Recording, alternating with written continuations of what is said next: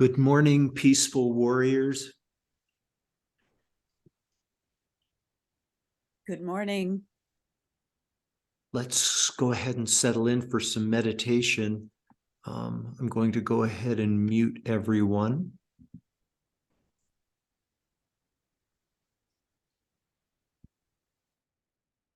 Okay, thank you all for being here, everybody. And thank you for your commitment to deepening your heart of patient acceptance. Please go ahead and settle into a comfortable meditation posture. Using whichever method you find most effective, please allow both your physical body and your mind to start to settle and rest, to become quiet and still. And when you're ready, please go ahead and gently transition into meditation on the inner body.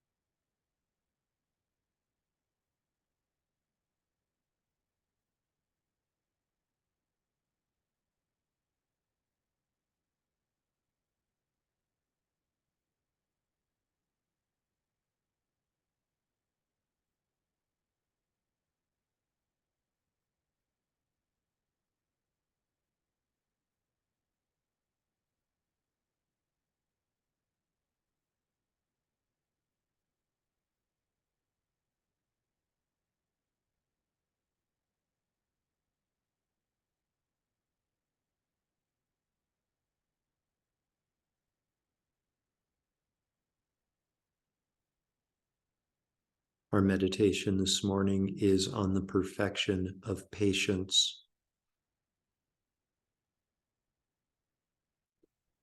When you encounter a situation that you find undesirable, you have two choices.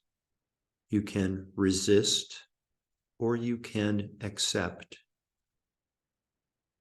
Resisting what is will perpetuate your suffering. Accepting what is will liberate you from your suffering. Please know that patience is not gritting your teeth and putting up with something. Patience is a mind that wholeheartedly accepts whatever arises, having abandoned the notion that things should be other than what they are. Please also know this truth about patient acceptance. If you perfect your practice of patient acceptance, you will never suffer again in this lifetime.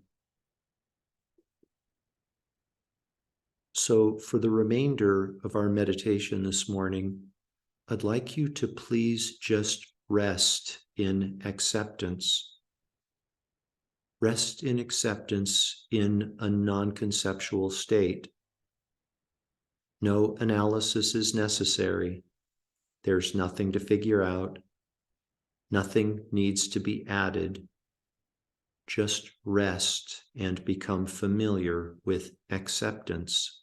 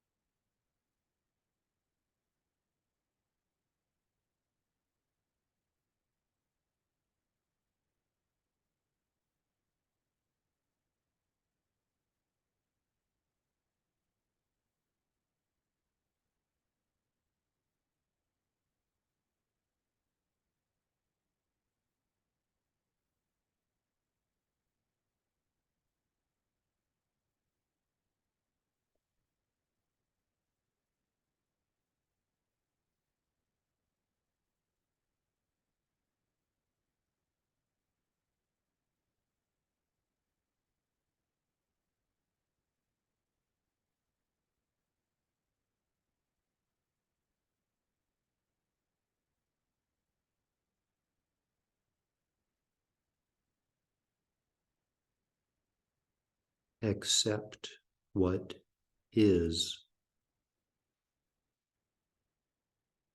Even these words give rise to feelings of peace and freedom.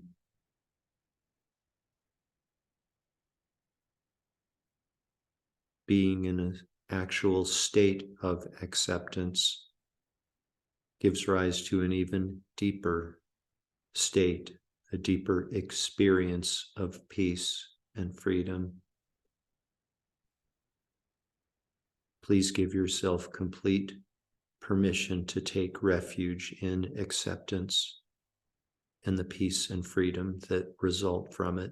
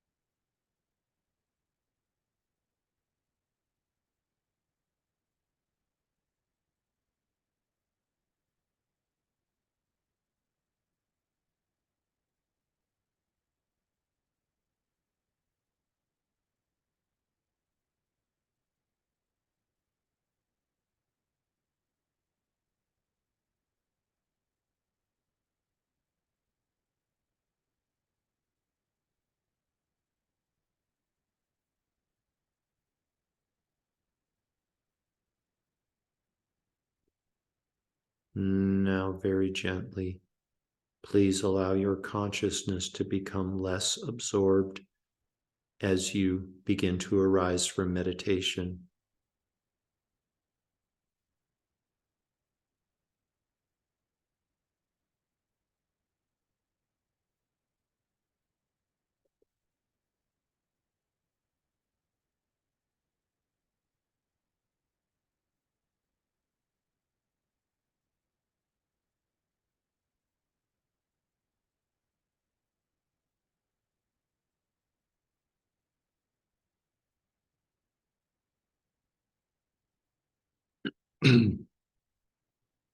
We dedicate all of the merit from this morning's meditation and Dharma talk to world peace. May all beings without exception be completely free from all forms, all forms of mental and physical suffering. May all beings without exception be happy, peaceful, contented, and free. And may we as individual practitioners make one of the greatest contributions to world peace by improving and ultimately perfecting our own minds of patient acceptance.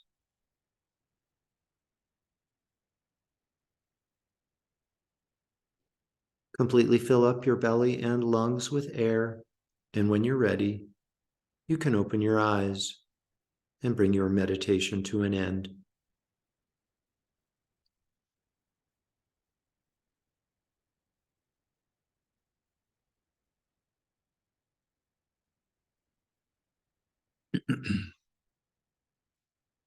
Welcome back, everyone.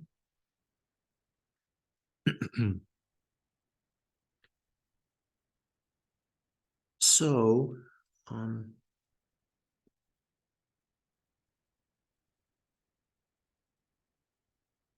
so in the guidance that I provide for our meditation on patient acceptance, there's a clarification that I'd like to make that we have talked about in previous classes over the last year or two.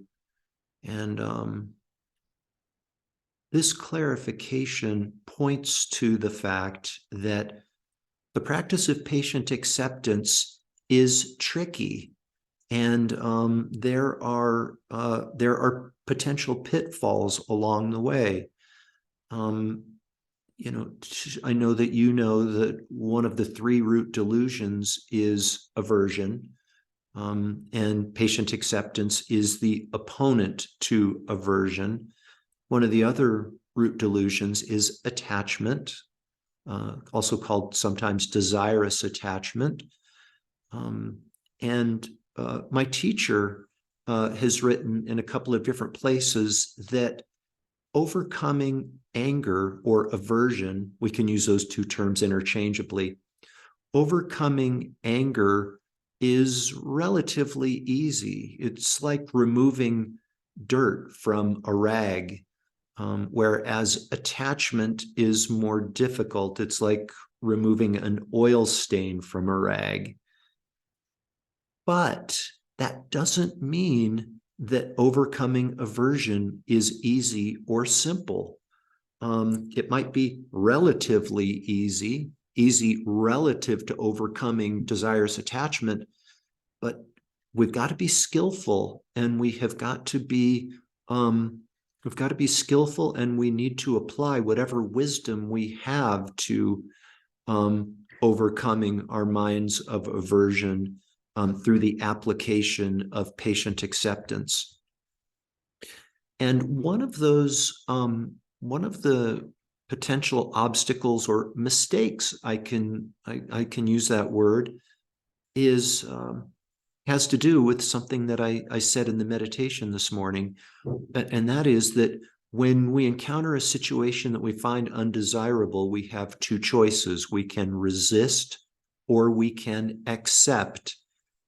There's actually a 3rd option that comes up, and that is thinking that we have accepted a situation that we find undesirable when we really haven't, or pretending that we have accepted a situation that we find undesirable when we really haven't.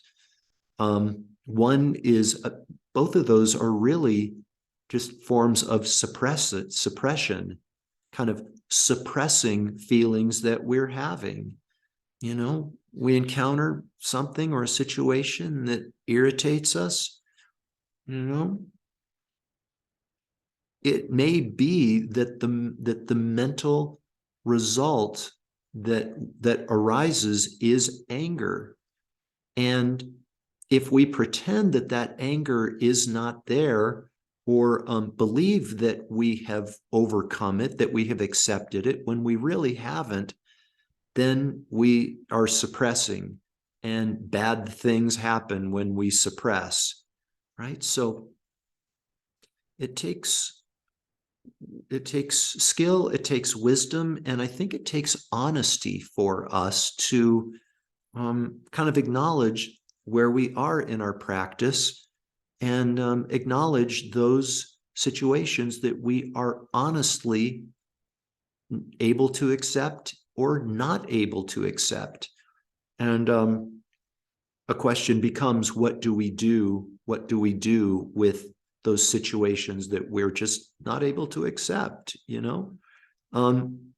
When we resist what is, you know, and I'll leave that to you all to decide what the best way to kind of release that is and deal with it.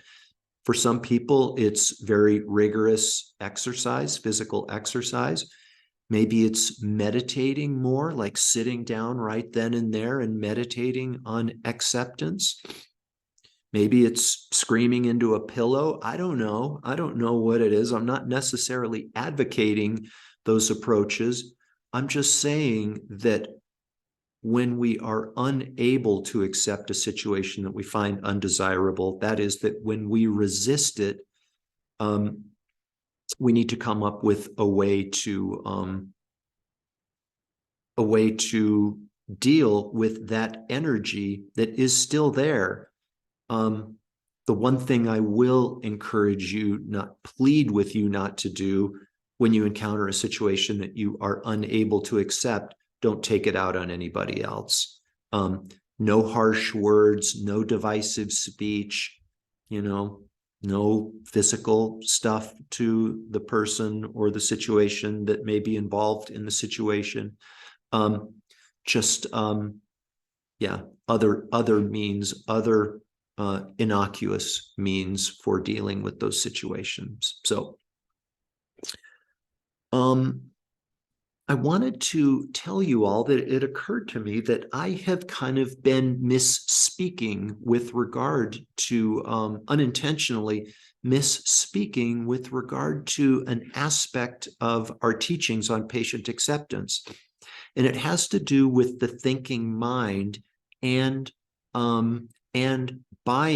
Remember me over the last few classes from time to time using the expression buy-in, B-U-Y-I-N, buy-in for the thinking mind.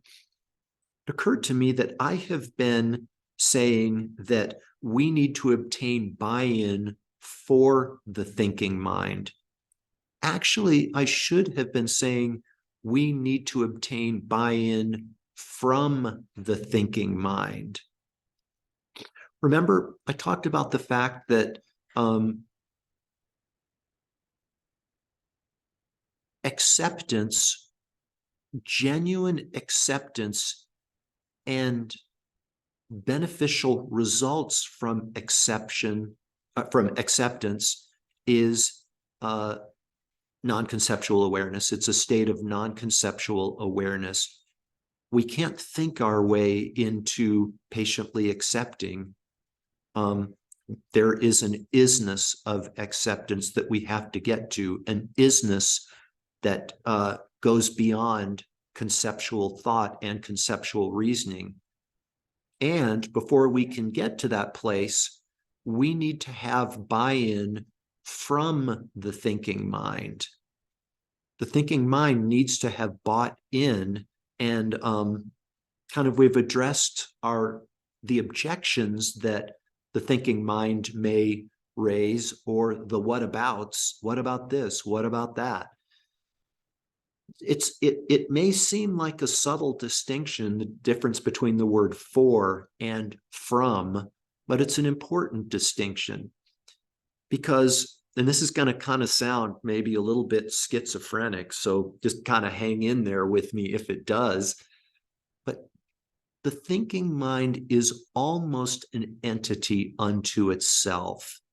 You are not your thinking mind, and you are not separate from your thinking mind. The thinking mind is very powerful, and in some respects, with regard to practice, it might be beneficial for us to almost think of the thinking mind as a separate entity. Eckhart Tolle has said that the thinking mind is automatic, involuntary, and repetitive. And if you think about it, if you examine it, you'll find that that's true. Thinking mind, this entity of the thinking mind, is involuntary. I mean, it just comes up oftentimes in the form of the noise machine in the head, the voice in the head, the kind of handmaiden of the thinking mind that just keeps going and going and going. It's involuntary, it's automatic, and it's repetitive. Those are features of the thinking mind, and the voice in the head, the ongoing monologue, dialogue, whatever it might be.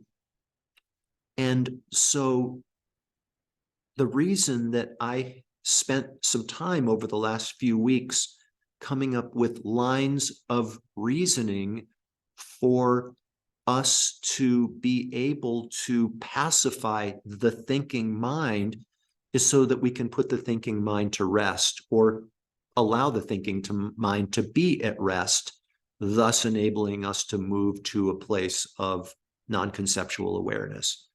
So we need buy-in from the thinking mind before we can go to a place of non-conceptual awareness with regard to our practice and meditation on acceptance. It's a little bit different from saying we need buy-in for the thinking mind. Like for the thinking mind, like where does that come from? I don't know. It's just a little more confusing to me when I contemplate it, and it kind of makes it more clear exchanging the word for with from. Finally, you guys, I have a take-home examination for you. And yeah, the pressure's on. A take-home examination. There's no deadline for the submission of your answer. You don't even have to submit an answer if you don't want to, but I would lovingly encourage you to contemplate this. So in the meditation, I say, the guided meditation on patient acceptance, I say, when we encounter a situation that we find undesirable, we have two choices. We can resist or we can accept. And now there's a third one, kind of neither, to pretend that we're accepting or think that we're accepting when we're really not. But let's just stick with the first part, the first two of the language that I use frequently. When we encounter a situation that we find undesirable, we have two choices. We can resist or we can accept. My question to you, the question for your take-home examination, is resisting or accepting a choice?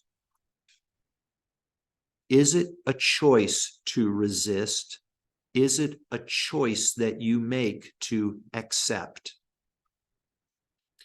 It's a deep one and it's an important one, and maybe we'll take it up in a future class. So I think it's an intriguing question, and please don't, if you choose to engage in this question on the take-home examination, please contemplate it and consider it through Dharma lenses, not through kind of an intellectually or philosophically amusing riddle. Think about it in ways that whatever answer you come up with may affect and benefit your Dharma practice. Okay.